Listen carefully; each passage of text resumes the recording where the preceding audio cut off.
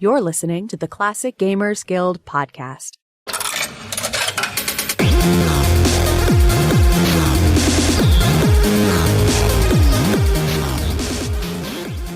Hello everybody and welcome back to the Classic Gamers Guild podcast. A few weeks ago we had a listener request from Charles Harrington for an episode regarding LGBTQ+ representation in games.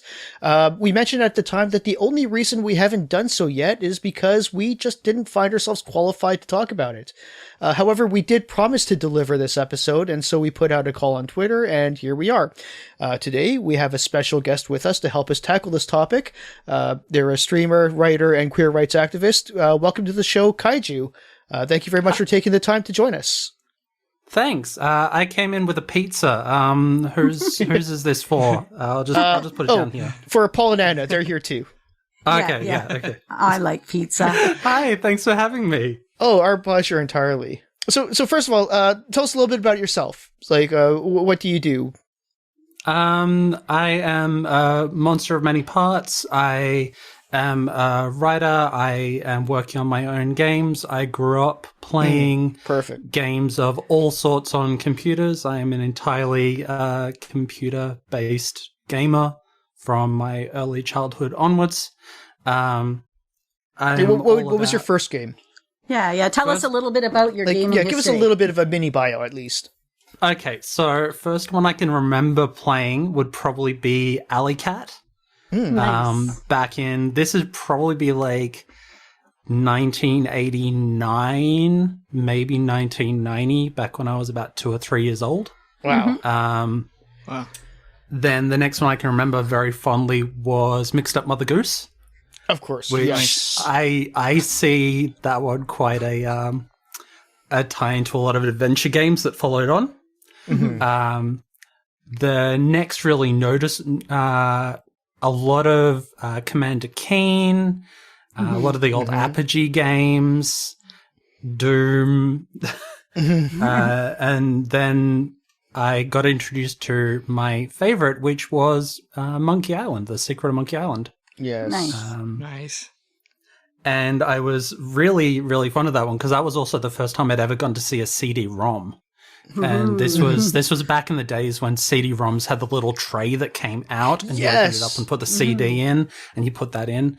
And I got to play that at my dad's work because I was over there for some reason and he had like a bunch of LucasArts games. I think he had that and Loom, both on CD. And then I just went, hey, this is a CD. We have a CD player at home. What happens if I put the CD for the game in the CD player? And you got the game soundtrack. And it was amazing. And my little heart just melted that I could listen to Monkey Island the whole time. But yeah, and So is this in Australia? This was in Australia. Okay. We usually got things about 2 to 3 years later than the States, just because Australia has always... We get kind of screwed when it comes to that sort of thing. I am very happy that we have stuff like Netflix and streaming services now, because usually we used to get things about 3 months later than anyone else. Right. Bare minimum. Right. A lot of very angry Game of Thrones fans, I gotta say. When No spoilers. I can't go on the internet for 3 freaking years. Oh my God. Pretty much. So there was that. But yeah, I grew up. I think I've played almost every point-and-click adventure game ever made. Oh, wow. Okay. And so you're our best friend, basically. Yeah. Then a few years ago, I started a project called the Digital Diversity Project. Was all about focusing on the creators of games who were LGBTQIA+. So not focusing so much on games that had gay themes or queer characters or anything else like that, but the people who made the games, because a lot of queer creators don't get jobs in the mainstream. Right. Which is one reason why representation has always been terrible. Not always terrible, but most of the time terrible. Right. And I've been doing that for about 3 years now and played a lot of games. But yeah, I'm very, very eclectic, very broad mix. I also do a lot of stuff about giant monsters because I'm all in on giant monsters. Because when you're queer, you tend to identify a lot with non-human stuff because, people look at monsters and go, big, scary, different from us. What do we do? And they look at queer people the exact same way. Right. Interesting. Oh, God, they're coming here to destroy our way of life. And it's like, wait, are you talking to me or Godzilla? Right. Yeah. Sadly. So, yeah. Something I wanted to ask you, and you kind of touched on it just there, so I might as well jump in with it, was I was, doing a little research for the episode and to speak with you, and I couldn't find any positive representation in classic games that I can recall, keyword being classic, and also keep in mind I'm really kind of only an adventure gamer, so I'm not really referencing anything outside of the genre, but just, I couldn't think of even all that many, let's say, bad ones, but I couldn't think of any positive. Have you come across any, maybe a short list of good representation? Yeah, I've actually got, I kind of keep an ongoing list myself because there's a few out there. If you go into Wikipedia, there's actually a list of LGBT characters. They don't include Q or anything else like that. Right. It's got some interesting stuff in there, but it's definitely not inclusive of everything. There's also a really wonderful group called Represent Me. They are a queer charity organization that focuses on cataloging all the LGBTQIA plus representation in games. A lot of those times it's people sending in reports about, hey, this one has some queer characters in it and stuff like that. But in terms of, say, retro game representation, the earliest one we have, which is actually, the earliest one we have that's track downable, I should say. There's a couple from this group called Froggy Software from France that I just have not been able to find anything about, is called Caper and the Castro. And that is one of the first queer games ever made, ever distributed. It was from 1988. It was made in HyperCard for the Macintosh 2. Oh, I used to have those at school. Yeah. Realistic whale sounds and everything. It is also the first example of what's called charityware, which is a game that is made for the direct purpose of raising money for charity groups. And this was made and used to raise donations for AIDS foundations in the 80s. Right. Because that was kind of a huge thing. Yeah. Might have heard a little bit of that. Yeah. The main character in that is queer. You're traveling around queer area in, God, I think it's called the Castro. I can't remember. I think it's in New York. And that was, I gave that a play relatively recently, and that is really good representation. And from 1988, that just blows my mind because most stuff after that is bad. Right.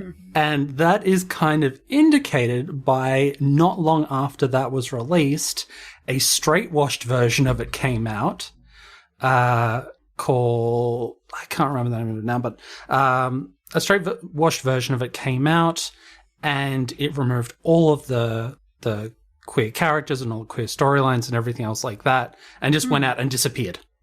And after that, we got things. So if you're looking at the 1980s, the two most notable examples of queer characters are from the Mario series and from the Final Fight series. From the Mario series, we got Burdetta, who is consistently misgendered and dead-named throughout history from 1988 till today. Because quote-unquote Birdo, her name is Burdetta, and that is the name she wants to be known by. Wait, I actually never knew that. Neither. Yeah, so this is an ongoing one that has refused to shift, and it's even included in a lot of the writing. It says Birdo, who prefers to be known as Burdetta. It's like, you mean Burdetta. You don't need to say this. As someone who is trans, you don't say dead name who wants to be known as this name. It's this name. Yeah. Defeats the purpose, right? Yeah, it entirely defeats the purpose. From Final Fight, we got Poison, who is canonically transgender. But the reason that she was made to be canonically transgender was because hitting a woman is bad, but hitting a trans woman is okay, apparently. Brutal. Yeah, and that kind of goes on. There's a lot of the stuff that came out of Japan, unfortunately, is pretty bad. Yeah. Yeah, right. Japan on the whole has a pretty negative attitude towards LGBTQIA plus stuff. And that unfortunately hasn't changed too much. Relatively recently, it's been a little better, but we still get some really bad ones. But if we're talking about things like point-and-click adventures, we still actually have some representation across the years. Some very questionable stuff as well. I had a look at the list recently, and there was one there for Rise of the Dragon, which is a weird one, kind of mystery solving game that's very strange, and its whole claim of having queer characters in it has a character that is posing as a woman character that is posing as a man posing as a woman. And I'm like, is that as good as you're gonna get? Because I don't even know where that counts. Yeah, that's a stretch. You've got Laura Bow, the Dagger of Amon-Ra. Right. Yeah, I was waiting for that one. Yeah. There are a couple of there's a lesbian couple there having an affair, which is questionable, but it exists. There is Rex Nebula and the Cosmic Gender Bender, Of course, yeah. It's a beautiful big box for that game, but I want to see it not exist. Yeah, exactly. That's got some really questionable. Not even questionable. It's just bad. Right. I've just got my spreadsheet up here, and there's certain ones that I've just got bad in capital letters. See, I've never played that one, so I'm not surprised though. Going by the timeline, I have, but I played. Yeah, I played that. I played a lot of this stuff when I was in my early teens, and that one was That's one of those examples of games written by cis men that put a lot of trans people back in the closet. We get that with a lot of media. As soon as you start making fun of trans people, we just kind of go hide. Right. For example, if you go into movies, Ace Ventura put a lot of trans people back in the closet because that made a lot of trans people suddenly feel like we were disgusting. Right. So it was just like, no, screw that. What else we got? There's Police Quest Open Season. There was... I didn't play that one, right? There's some stuff in there. Orion Conspiracy. That one I haven't gotten hold of yet. I need to have a look at that one. But the main character's son in that one is gay, and you get to meet their boyfriend. And it's also the first use of the word homosexual in a video game. Oh, really? And that was 1995. Wow. That took a long time. Jeez. Yeah, somehow we went from 1988, where there was this game specifically about queer characters, to 1995, where someone actually said homosexual. I'll stop at 2000, but we've got fair enough. Fallout was the first game where you could have a same gender marriage, and that was 1998. Right. Okay, yeah. So that was an interesting one. And then we got the Longest Journey, which is loved and is amazing. And this one is actually very important because it has gay and lesbian characters who are just living their lives as normal. Right. No one is being seen as bad here. No one is struggling to exist. They are just living their lives. And that's something we don't see. That's right. Just humans. Especially not pre-2010, like not at all. Nowadays, like it's actually out there a little bit, but definitely not then. Even then, it's still like being queer in games is still a struggle.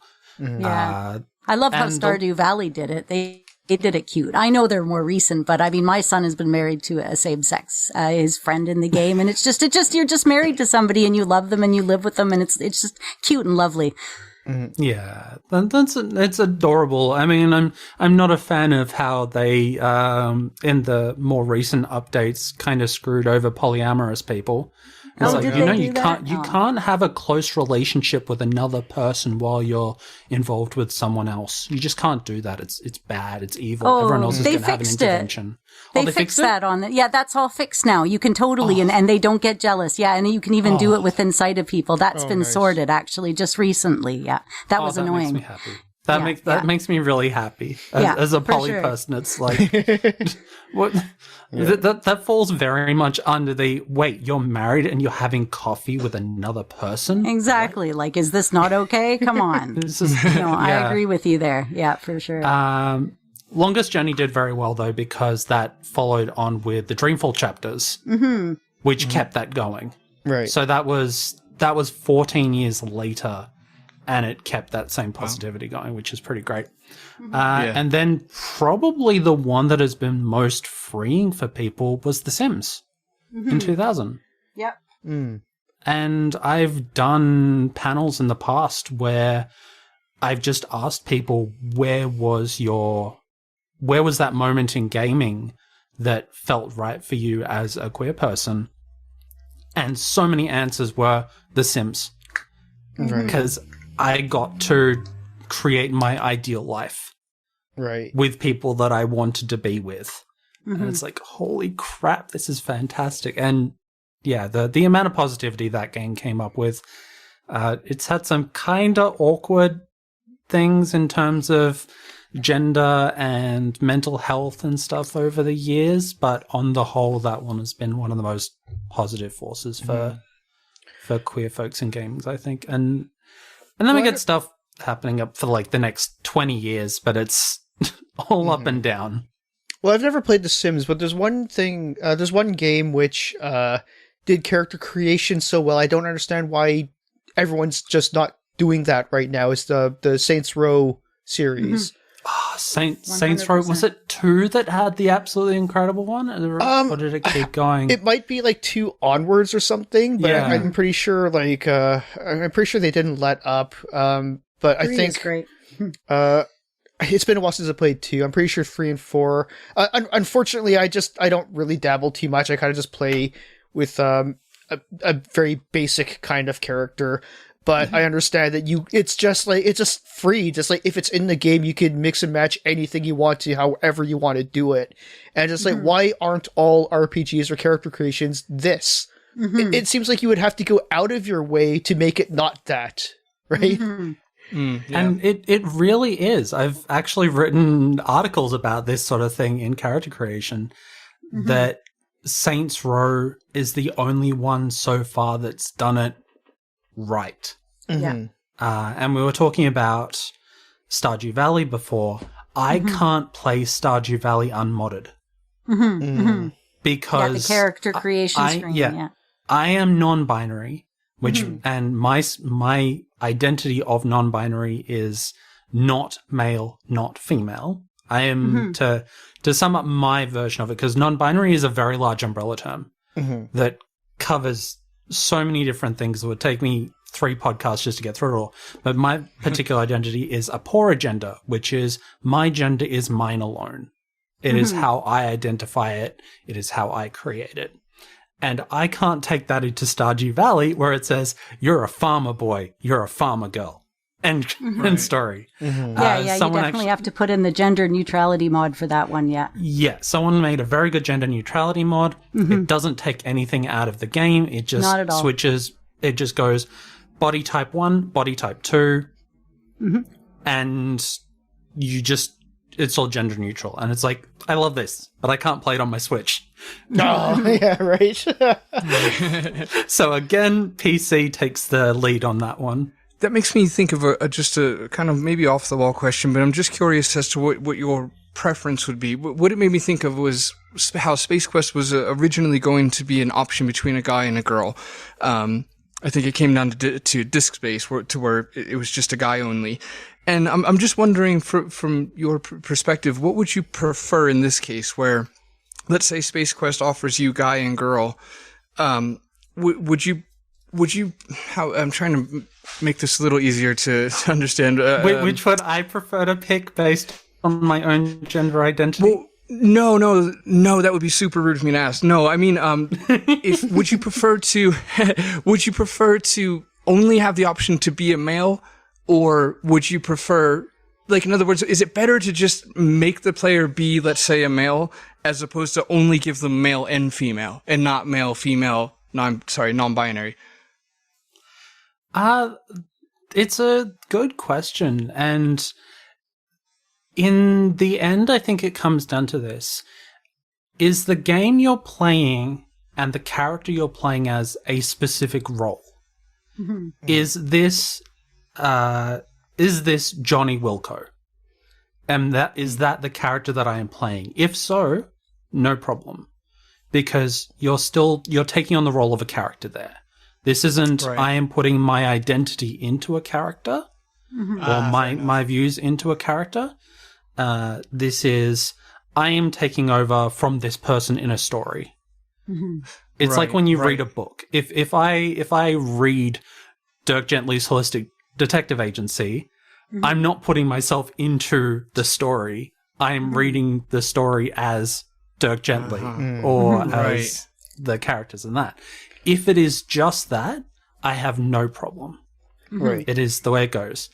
And if it's a matter of I am able to put my identity into a game, mm-hmm. then I want either a range of options, mm-hmm. or I think it would be easier to make a gender neutral character, mm-hmm. to allow people to take their own approach to it.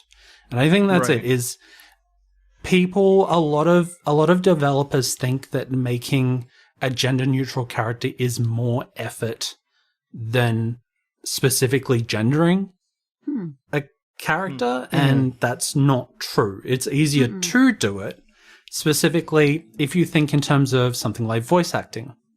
If you have a binary choice of characters, if you have a man and you have a woman as your binary choices, your voice actors have to start recording, there he is, there she is, for everything. Mm-hmm. Mm-hmm. You've got to do 2 options every time. But if you go, there they are, you don't have that problem anymore. Mm-hmm.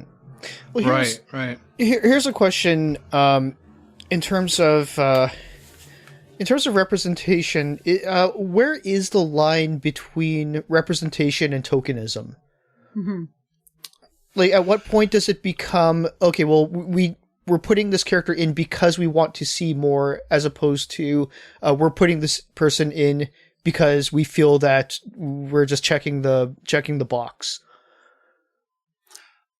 I think the line there is, what is the character there for? Mm-hmm. What do you as a player see of the character? Mm-hmm. So, for example, let's look at recent example, Mass Effect Andromeda. Mm-hmm. This one sparked quite a bit of backlash, understandable, because they have a trans non-playable character in that one, mm-hmm. who essentially, the moment you go up to her, goes, "Hi, I'm trans, here is my dead name." Right. She has traveled hundreds of light years across the galaxy, from one galaxy to another galaxy. Mm-hmm. And the first thing she does upon meeting the protagonist is say, "Hi, I'm trans, here's my dead name, so you know it." Right. Mm-hmm. There was similar in a Baldur's Gate expansion, wasn't there? Yes, that one was I think it was the recent expansion for one of the older Baldur's Gates, like Baldur's Gate 2 or something else. Yeah, the exact same sort of situation. Yeah. If you're wondering if your character is there for tokenism or just because they exist, look at how they react to the player. Mm-hmm. Look at how they react to their environment. Mm-hmm. If their sole reason for being in a game is to say, "Hi, I'm a queer character," then it's tokenism. Right. Right. If they exist within the game and there are some signs here and there, some kind of queer identity kind of markers there, that's fine. That's because that's how you would find us in real life. In real life, you don't just go up to a person and they go, "Hi, I'm very gay. How are you?" Right. Well, this actually also brings up. This also brings up. Have you played the Red Strings Club? Yes, I have, and I Okay, have opinions. Yes. Okay. Right, good. I don't know if you prefer us to ask questions or if you just prefer to give us your opinions on that. I'm fine either way. So I know the one you're talking about here. So later on in the Red Strings Club, which is a fantastic game, I love that game. Absolutely. It's beautiful. It's Yeah. very well put together. Yeah. You are given the dead name of a trans character and some very unnecessary information in the game about that character, and it serves no purpose. From a narrative point of view, I am a writer. I started off writing, like when I was 7, I started writing my own screenplay version of Monkey Island. Like I'm that kind of Yes. and that kind of nerd. Yeah. The outing of that character in Red Strings Club served no purpose other than to say, "Here's a trans character. We want you to know stuff about them that they wouldn't want you to know." And I know that act was defended by, I think it was by a trans writer in their group. But, In the team, yeah. Yeah, Right, yeah. but as someone who does a lot of trans activism and queer activism as a whole, it felt unnecessary, and it felt essentially like you were outing someone who didn't want to be outed. Right. Like if that character never comes to you and says, "I'm trans," they just get their personal life thrown into your face. Yeah.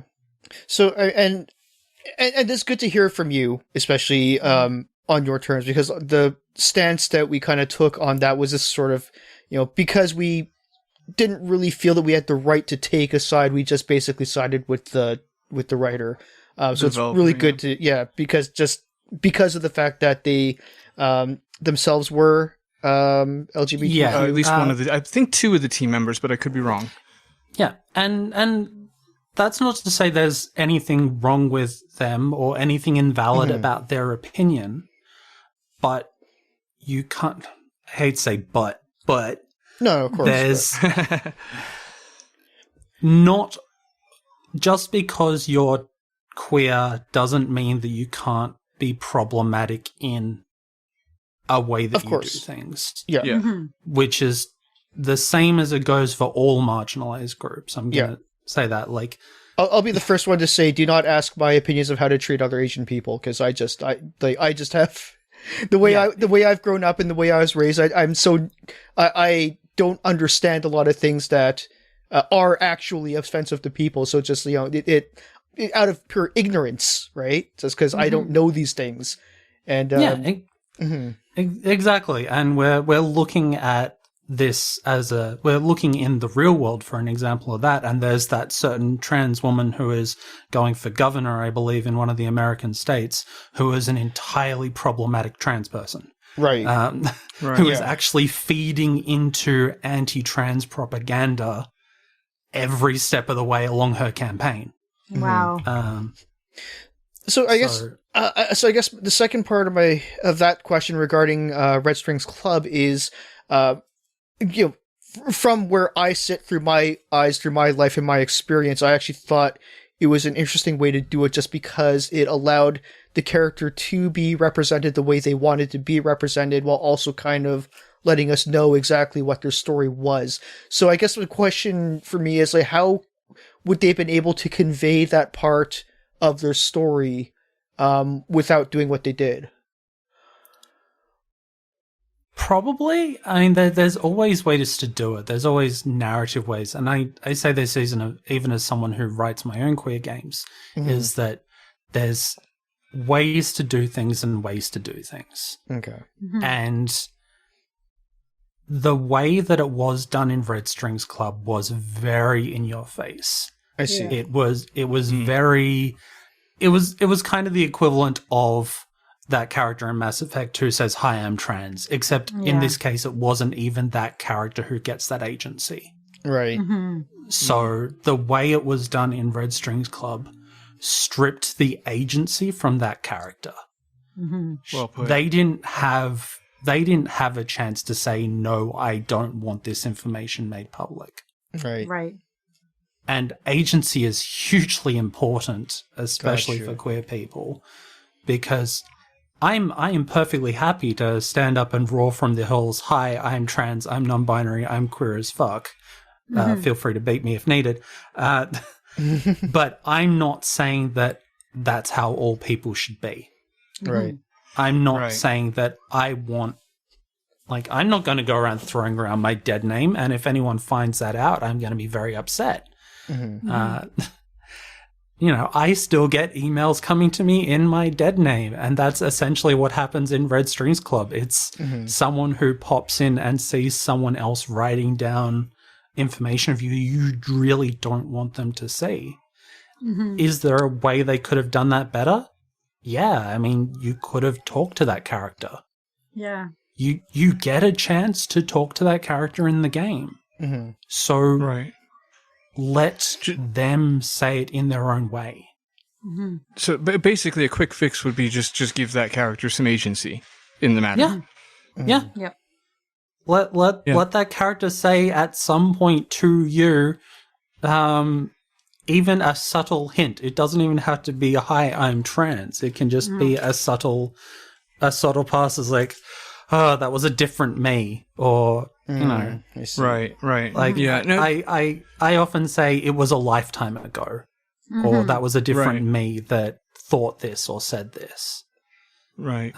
Do you think that perhaps, and this would just be speculation, I would imagine, on all of our parts, but do you think that the writers behind that game were maybe trying to put a personal experience into their game and maybe just didn't think about how it's going to represent the community as a whole? Because for me, I'm just trying to make sense of, how you could maybe perhaps accidentally or not, poison your own water. No, definitely. It's how people want to tell their stories is entirely up to them.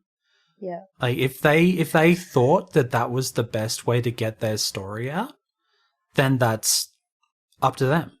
And if that has inadvertently poisoned their waters when it comes to other trans people, then that is a side effect of their storytelling, and you get that from all kinds of storytelling. Right. Yeah, like they have a right to say it just as anybody else does to interpret it how they will. Exactly. I am not going to say what they did was wrong. I'm going to say what they did made me have some angry feels. Because I streamed that game. I went all the way through it and I streamed it. And then I got to the end and I just sat quietly for about 3 minutes. And I'm just going... Yeah.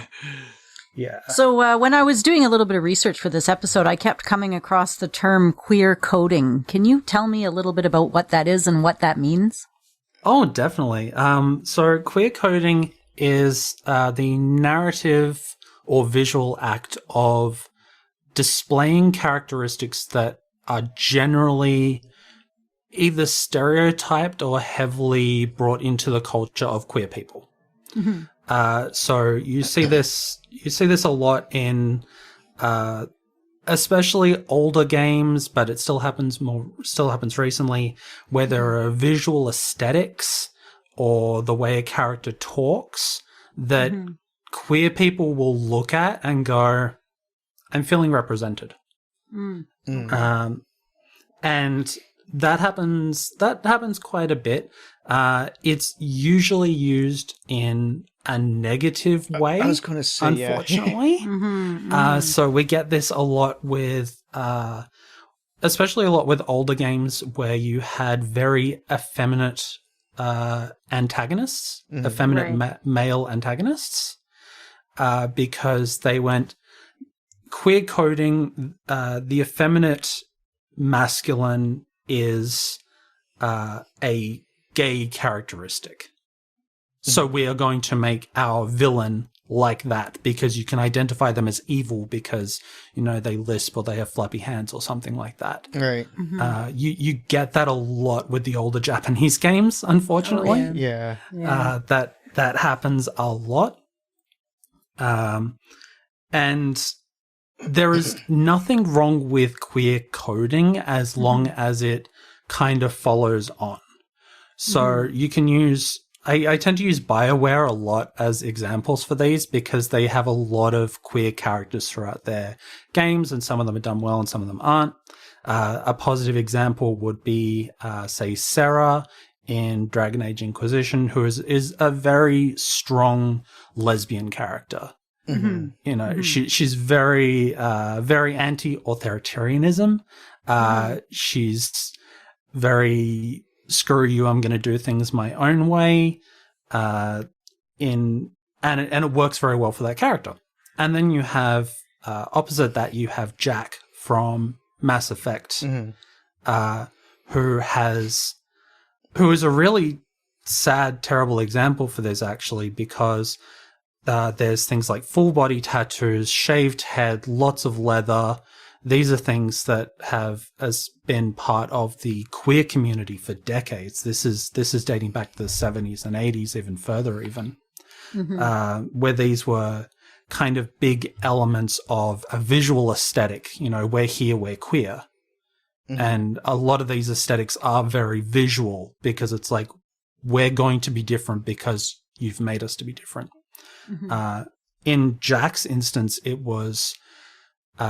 what's called queer baiting because they introduced all of this, but they only gave you a straight romance option.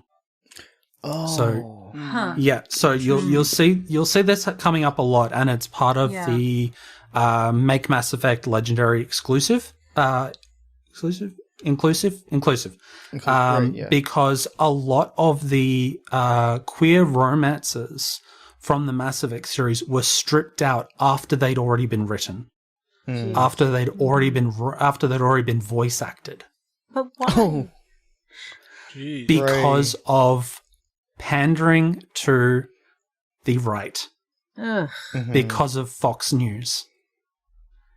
Because Fox News started putting out stuff about how queer characters in video games were ruining children all of this sort of stuff, and the management, and it is always the management. I am, as someone who focuses on the dev side of things, it is always the management that makes these decisions.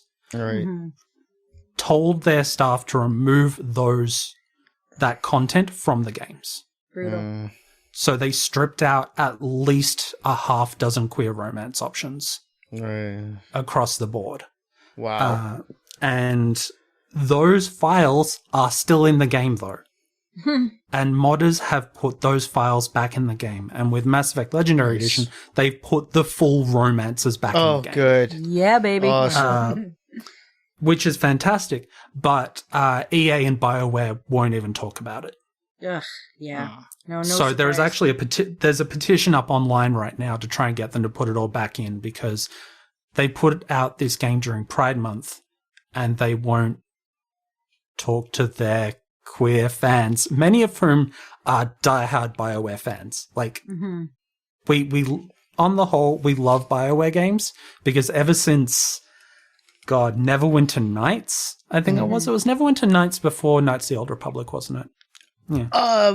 I would guess yes. Just from what I recall of the engine, I think I imagine it's a little bit older. Yeah, ever since then, it's given us queer romances that we haven't had in most games. But, you know. Yeah, so that's... Sorry, I rambled. I do that a lot. Oh, no. That's Please fine. do. It was all very relevant. Very interesting. So, on the whole, queer coding, including of LGBTQIA plus aesthetics and narratives into characters. And then queer baiting is when you do that and you don't follow on by making the characters queer. Right. I wanted to follow up with my initial question with kind of the sort of the exact opposite. Before I'd asked, bad representation in classic games, and now I'm just kind of curious as far as like modern adventure games. Let's say, like Red Strings Club or any of the Wadget Eyes, or just the millions of modern classic style modern games. Are there any that have had a notable positive representation in them, like any that we could kind of look at and be proud of, that they handled it, just on a human level, handled it well? We actually have quite a few, surprisingly. Everything back to, say, there's a bunch dating back to about 2010, actually. So these have been going for about the last decade or so. Mm-hmm. So you had A New Beginning. Right. I think that was by Daedalic. And Daedalic have actually come up with a few point-and-click adventures that have some positive representation in them. There was, as I said, the Dreamfall chapters, which was the follow-on from The Longest Journey. Mm-hmm. That had them. We had 2064 Read-Only Memories, which had some fantastic representation in it. The management side of things, again, entirely problematic, but the characters were great. We had Night in the Woods, which we had a pansexual protagonist, we had a gay couple, and we had a trans woman in that, and that was all very good. Mm-hmm. And we've had a bunch of indie games, of course, because that's kind of where the most of the voices are at the moment. The most notable being probably from the studio Up Media, I think it was, who made a very campy, very gay series of games, which included My Ex-Boyfriend, the Space Tyrant. These are some very interesting games, and I really love them. And probably my favorite from the last decade is Techno Babylon. Mm-hmm. Oh, right. From Wadget Eye Games. Totally forgot about that. Mm-hmm. Yeah. Holy crap, they did so well. Their team is fantastic. But that one, you had a trans sidekick who was quite open about who they were, but not in a, hey, by the way, I'm trans, but in more of a jokingly kind of way that is more identifiable to trans senses of humor, I guess, and trans relatability. You had gay couples, you have lesbian couples, so it's like good representation. Mm-hmm. So we've definitely had it, and we've definitely had it in the adventure game field, especially the point-and-click adventure game field. Mm-hmm. I think it helps that adventure games specifically are one of the few where the mechanics aren't based around violent acts in general. Yeah, right. Mm-hmm. And the moment you start putting violent acts into your game, it starts making queer representation questionable as where is it in the game and why is it in the game? Right. Right. Yeah, so like in a role-playing game, it's totally fine, but the moment you get to like a fighter game or a shooter game or something like that, you just have to go, why? Mm-hmm. So I've been trying to think of a good way to ask this question, but it's relevant to the fact that Paul and I are making a point-and-click adventure game with Anna's help. Of course, she's a big part of it too. And there will come a part of the game where it's, it wouldn't be out of the question to come across some sort of an LGBTQ character.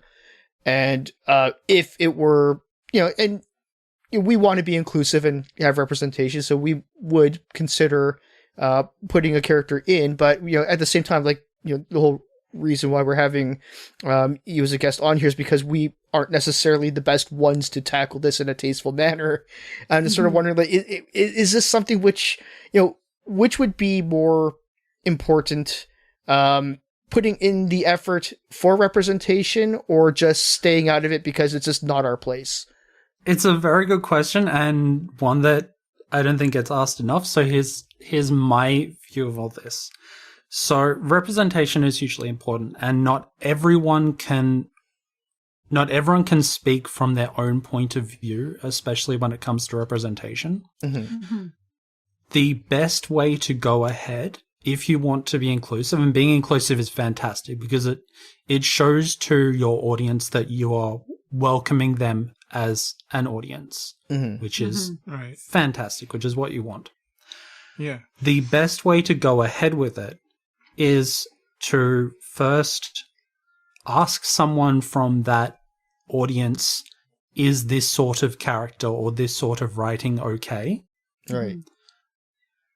And then follow that up by letting them play it or read it or test it for themselves before it goes public, essentially. Yeah. So basically direct message you in about 3 months. Yeah, that's fine. And this is the thing, like, so even for myself, and I'm writing a visual novel, Kaiju Noir, it's all about big queer giant monsters. And I've got queer representation from across the spectrum in that one. And even I have had to go to trans people in my general community, especially in the games community, and say, hey, is the way that I'm telling this story okay? Or is this the way that I'm telling this character okay? Right. So, and letting them try it and giving them a chance to talk about how they would feel in that position. Yeah, and that's more than fair. Yeah. It's very smart. Something Red Strings Club probably could have benefited from trying. And that's the thing. It's an example of this story worked for me. Is it going to work for you, or does it make you feel bad about it? Right. That's That's actually already come up once with our game. Yeah, and that's the way you do it, especially if you're go to the right source to talk about that representation as well. For example, you wouldn't go to a cis gay man to talk about a trans woman character. Right, yeah. Just like you probably wouldn't talk to a trans man about a cis woman lesbian character. Things like that. Yeah. Because right, everyone comes from different points of view, and everyone comes from their own perspectives. And including those characters, fantastic, and I love it. If you're gonna voice the characters, please make sure you get characters from that background to do the voices. That's something we see a lot of, unfortunately, especially with trans characters. Lots of cis voice actors getting those roles, but in general, inclusivity and representation, fantastic. Just make sure you go and check with people from that community that you are trying to represent that the character is a good character. No, that's fabulous advice, because I think representation is, as Rick said, is very important to us, as far as making sure that, everything from ethnic backgrounds to gender and things like that are included, so that, anybody playing could, just connect, like you said better than I could put it, is so they could feel welcome and feel a part of the audience, not looking, voyeuristically through sheets or something in the background. But I think my fear, and this is where I would 100% take your advice and contact you if that's okay, is I would already know, based on your advice, to not have them walk up and say, "Hi, I'm the trans character in the game." To be fair to myself, I wouldn't have done that prior to talking to you either. It's good to hear. But in our game, for example, there's really only 3 main characters, and the rest are not single serving, but you go throughout days, you might see one in a day. So in other words, we don't have space, let's say, for another main character. But if we come across somebody in day 4 who's trans, is a very small window to do that correctly. You know what I mean? Because we're not going to have time to necessarily establish them as a, as one of the main characters, or just establish them a lot in general. But we also want to seize the opportunity to make people feel welcome. So, I feel like that's almost the recipe for disaster, as far as accidentally just being like, hi, I'm the gay character, and, I'm represented well, and I'm super nice, and you're nice to me, so that box is checked. So I guess, that's my concern, is with a small window of opportunity, how to do it well. And this goes back to our previous question about queer coding. Mm-hmm. So you might be better off including some visual or narrative direction there that hints towards them being queer or trans or whatever, than that outright say it. Mm-hmm. Because someone might just go, I see what you're doing there. That's good. And that's what you might get. Mm-hmm. And I'm totally happy. If anyone wants to chat, I love talking about queer games, and I keep an entire, essentially curated list on itch of these sorts of games, and there's plenty in there that are very good visual representations and story representations of how to get a trans character's identity across without saying it. Oh, nice. That's great.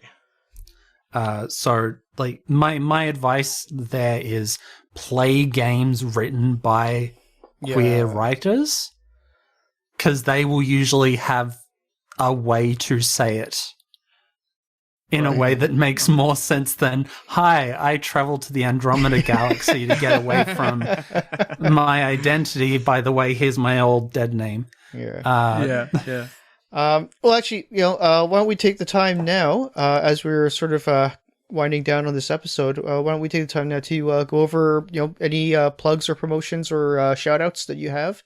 You mentioned that you're working on a few games, so, fill us in on what you've done and what you're doing. Please. So I'm currently working on Kaiju Noir, which is a visual novel based around the themes and tropes of old film noir movies, like Casablanca and Maltese Falcon and all that sort of stuff. But instead of humans, it's giant monsters who live in an underground city and who have to deal with a lot of the things that have come down since hiding away from humanity, because humanity's terrible. And it's a big mystery, and that's hopefully getting done by the end of the year. Ooh, exciting. For the release for that. Mm-hmm. I also wrote a small game /experience called They Live Here Now, which is a kind of a slice of life of a trans person who has left the Earth on a solo space mission. Cool. Because they don't want to have to deal with transphobia on Earth anymore. Mm-hmm. So they've gone to Earth and gone into space, and all they have with them is like a soft toy and a plant called Chuck the Plant. Let's see how many point and click nerds will get the reference in that one. And just kind of how they would live their life. Just being themselves, and what you would give up just to be who you are without anyone kind of trying to stop you. But outside of that, I run the Digital Diversity Project, as I talked about before, which spotlights LGBTQIA plus game developers.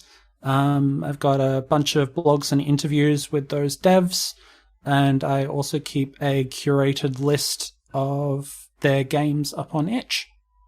Nice. Okay. Very nice. And I'm looking at Kaiju Noir. It looks absolutely gorgeous. I really like the emphasis on just the particular colors of each monster, like the way it pops out and gives them their own personality. That's really cool. And I just wanted to ask, what is your role in the development of the game? Are you doing like the coding and writing?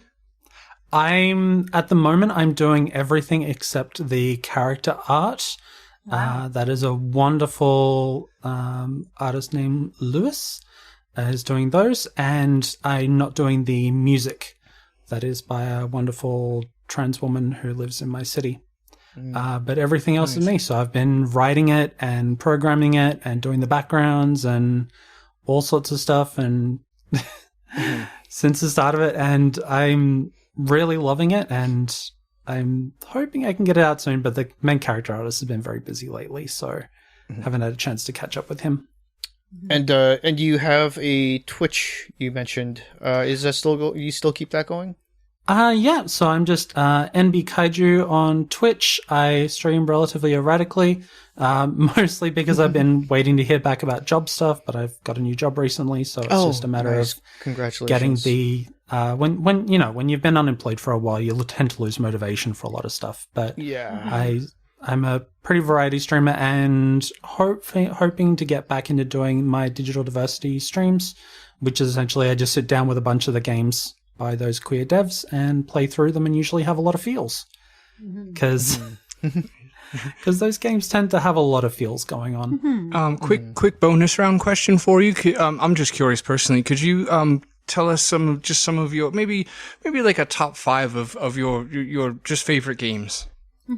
Just in general, I guess I'm saying, regardless of anything, just to know you better. What are some of your favorite games? Oh, this is a fun one. So favorite games. Top one I'm unfortunately a LucasArts diehard for most of my favorites there. I'm gonna have to say I'm probably gonna say Monkey Island LeChuck's Revenge in terms of favorite game. Right. Nice. That one's tied very hard with the first one. It's hard to just define which of those two I liked more. After that, probably Sam and Max Hit the Road, just because that is fun and weird. Talkie or no talkie? Talkie. Nice. I grew up like with the the talkie on that one. Yeah, that's a good one. When I was young, we got the LucasArts Vault, like the archive. Me too. I got archive And- volume number 3. I think we got 1 and 2. We got the ones with most of the LucasArts games, and we got the one with the adventure games, and one with most of the Star Wars games. Nice. Right. 1 and 2. Yeah. I remember hating Rebel Assault because of how mean it was. It was evil. Probably going to say Techno Babylon is up there as honestly one of the best point-and-click adventure games I've Such a ever great played. game. Yeah. That pushes that up my list. God. I own it. I've supported them, but And you know what? Since we do genuinely love LucasArts and Sierra, but just to throw us a little Sierra bone, what would your favorite Sierra one be? Lost Secret of the Rainforest. Oh, great choice. Eco Quest 2. My problem with Sierra adventure games, and I actually talked to Ron Gilbert about this a few years ago when he was down for PAX, is that I don't like failure states in my games. Right. I don't like to be able to get to a certain point and the game could go, no, you don't get to go any further. Yeah, fair enough. right. Yeah, absolutely. And so many Sierra games did that to you. But the EcoQuest games didn't. That's like right. you couldn't fail them. You couldn't play 3 hours into them, and then they said you didn't save the mouse when it came past being chased by the cat, so you didn't get the needle out of the haystack, so you didn't do this. Start again. Yeah, you ate the sandwich. Yeah, eat the sandwich. Yeah. yeah. I've honestly.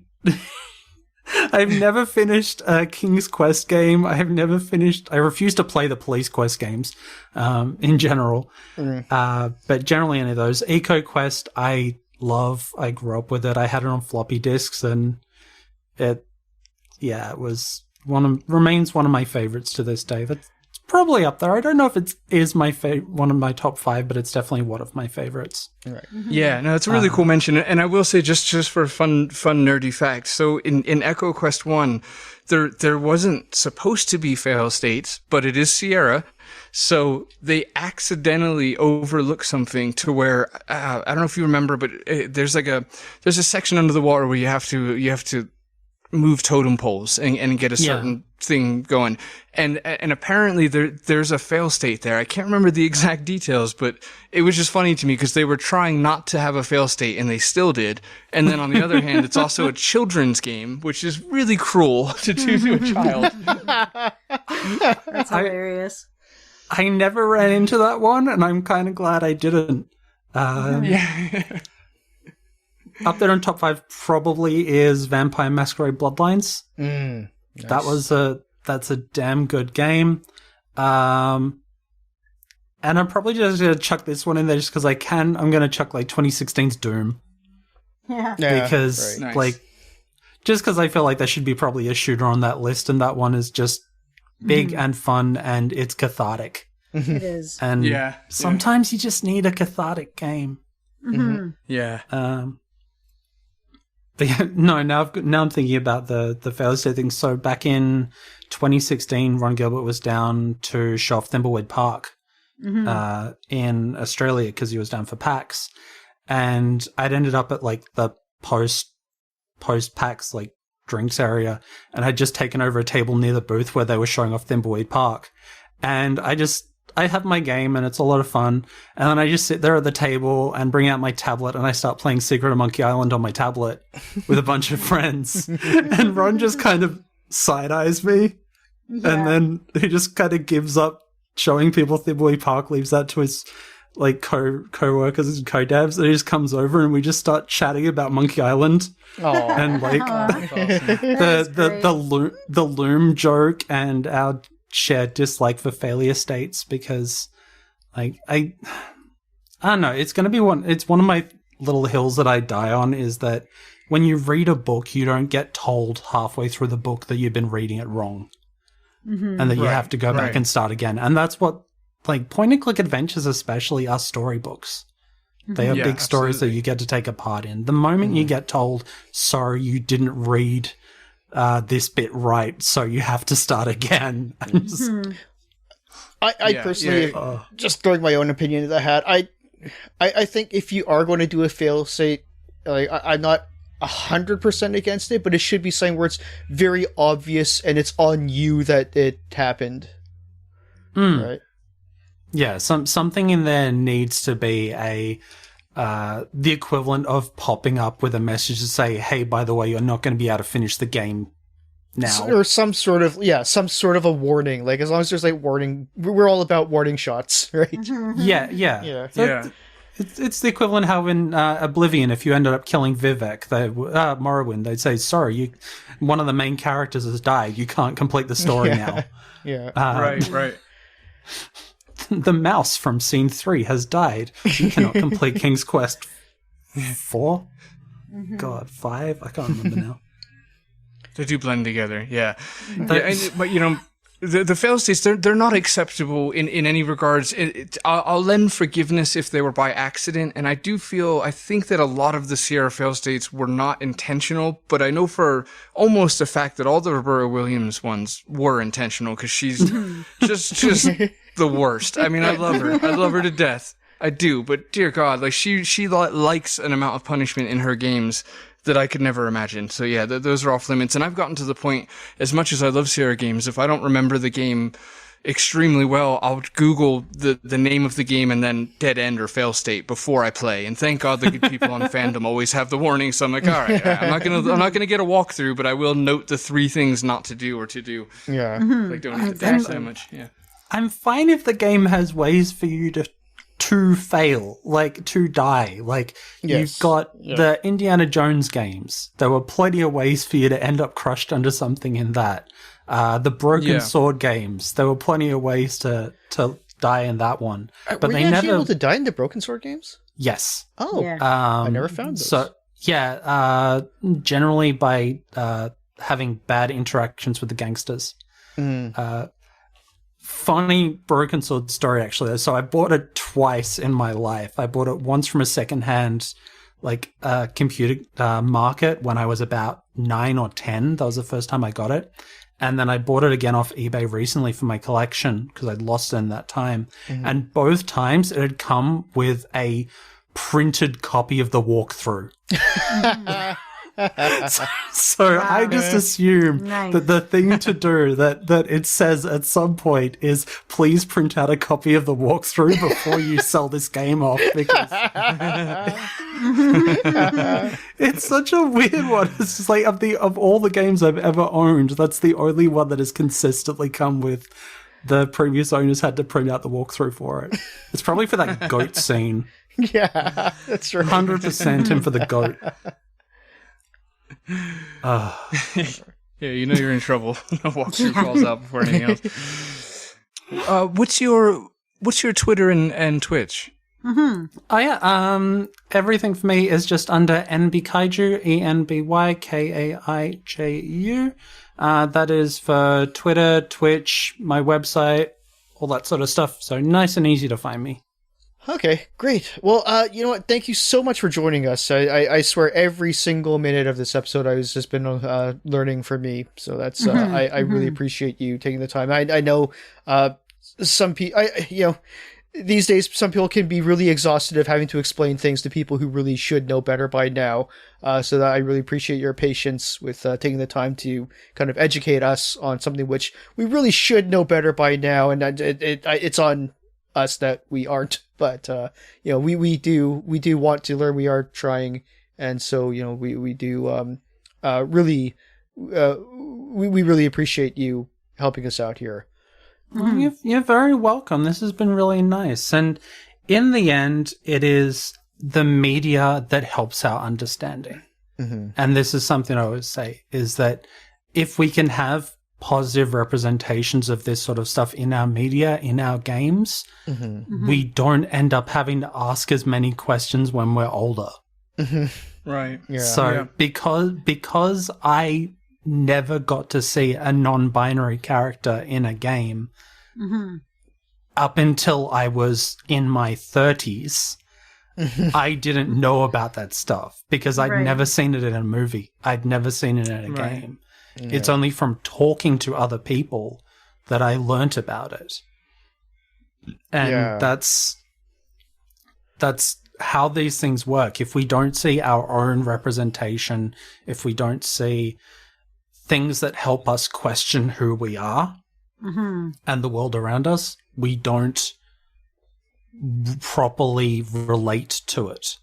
And, if we had these sorts of characters and these sorts of themes in older games, then we'd be more likely to be open and understanding of it.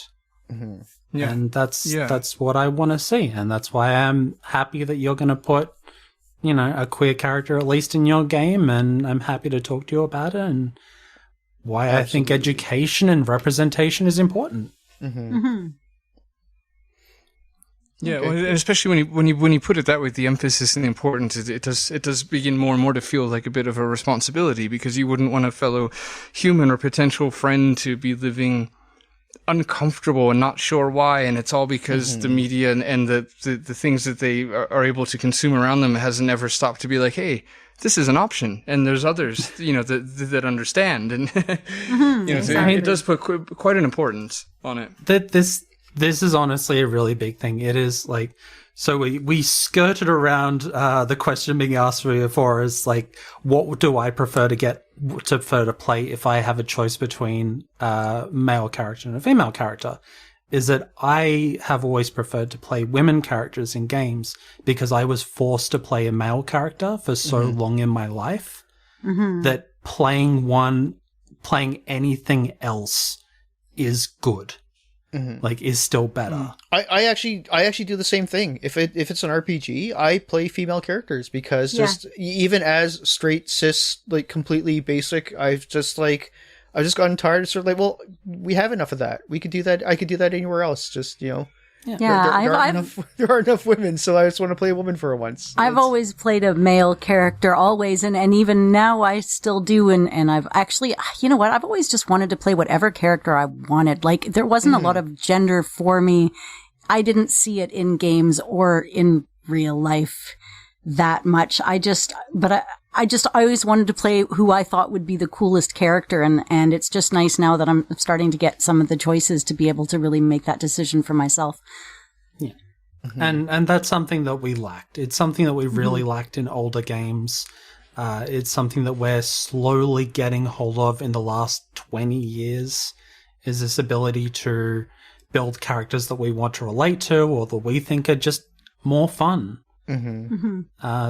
We don't have a lot of point-and-click adventure game protagonists who weren't men. Right. Like, we had Laura Bow, we had Rosella. We didn't have a lot of protagonists there. No. And having choice is good. And you don't have to put every choice in every game, but having a variety of games out there that have a variety of choices is the important thing. Yes. Well said.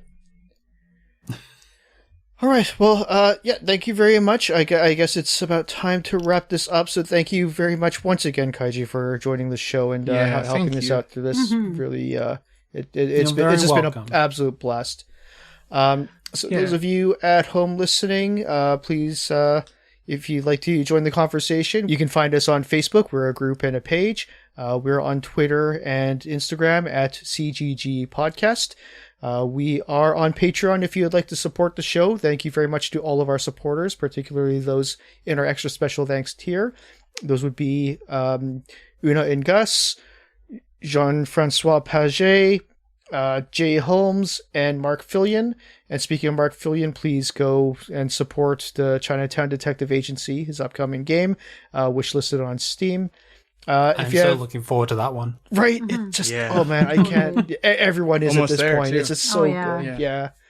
And if you have any questions for us, or comments or disagreements or anything like that, send us an email, mail@classicgamersguild.com. And until next time, thank you all for joining. Don't do murder. Yes.